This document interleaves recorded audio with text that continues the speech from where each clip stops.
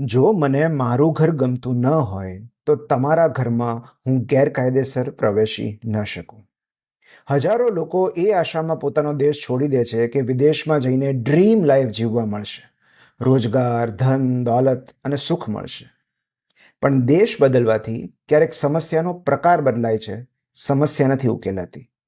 દેશી સંઘર્ષોથી કંટાળેલા લોકો ક્યારેક વિદેશી સંઘર્ષો પામીને સુખની અનુભૂતિ કરતા હોય છે.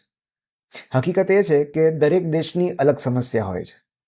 હજારો કિલોમીટરની ઉડાન ભરીને મહાસાગર ઓળંગીને અમુક ચોક્કસ ઋતુમાં જે માઇગ્રેટરી બર્ડ્સ આવે છે તેમને પણ ખ્યાલ હોય છે કે ભલે આપણે અહીં ઉષ્ણ વાતાવરણ અને ખોરાકની શોધમાં આવ્યા હોઈએ, વાતાવરણ પ્રતિકૂળ થતાં જ આપણે આપણા ઉદ્ગમ સ્થાન પર પહોંચી જવું પડશે.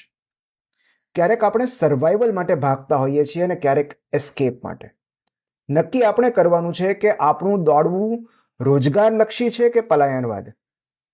ક્યારેક એવું થતું હોય છે કે શાંતિ અને નિરાંતનો જે ખૂણો આપણે પોતાના ઘરમાં શોધી નથી શકતા, એ ખૂણો શોધવા આપણે દુનિયા આખી ભટકવું પડે છે. કારણ કે સુખ એ કોઈ સ્થળ નથી, એ અવસ્થા છે. વિદેશ પહોંચી જવાથી આધુનિકતા આવતી હશે, આધ્યાત્મિકતા નહીં. જ્યાં સુવર્ણ તક મળે ત્યાં જવું જ જોઈએ, દુનિયાના કોઈ પણ ખૂણામાં જવું જોઈએ, પણ એક રિસોર્સ બનીને, માનવ સંસાધન બનીને, અપરાધી બનીને નહીં. જ્યાં માન અને મહત્વ ન મળતું હોય એ ધરતીનો મોહ ન રાખો. આપણું બુદ્ધિધન એટલું બધું નિરર્થક, નિમ્ન અને નગુણું નથી કે એ બેડીઓને લાયક હોય. અન્યના દરવાજા ખખડાવતા પહેલા આપણે પોતાના ઘરનો ઉદ્ધાર કેમ ન કરીએ? બીજે ક્યાંય રહેઠાણ શોધતા પહેલા આપણા જ ઘરને રહેવા લાયક બનાવી લઈએ તો? એવું કહેવાય છે કે the grass is always greener on the other side. અન્યનું જીવન હંમેશા સુખી અને સમૃદ્ધ લાગે છે, અન્યનો દેશ મહાન લાગે છે. પણ જો હકીકતમાં મહાન હોત તો એવું કહેવું જ ન પડત ને કે મેક અમેરિકા ગ્રેટ અગેન. હકીકત એ છે કે the grass is greener where you water it. જે ધરતી પર શ્રમ, શ્રદ્ધા અને સેવાનું સિંચન કરીએ છીએ એ મહાન બને છે.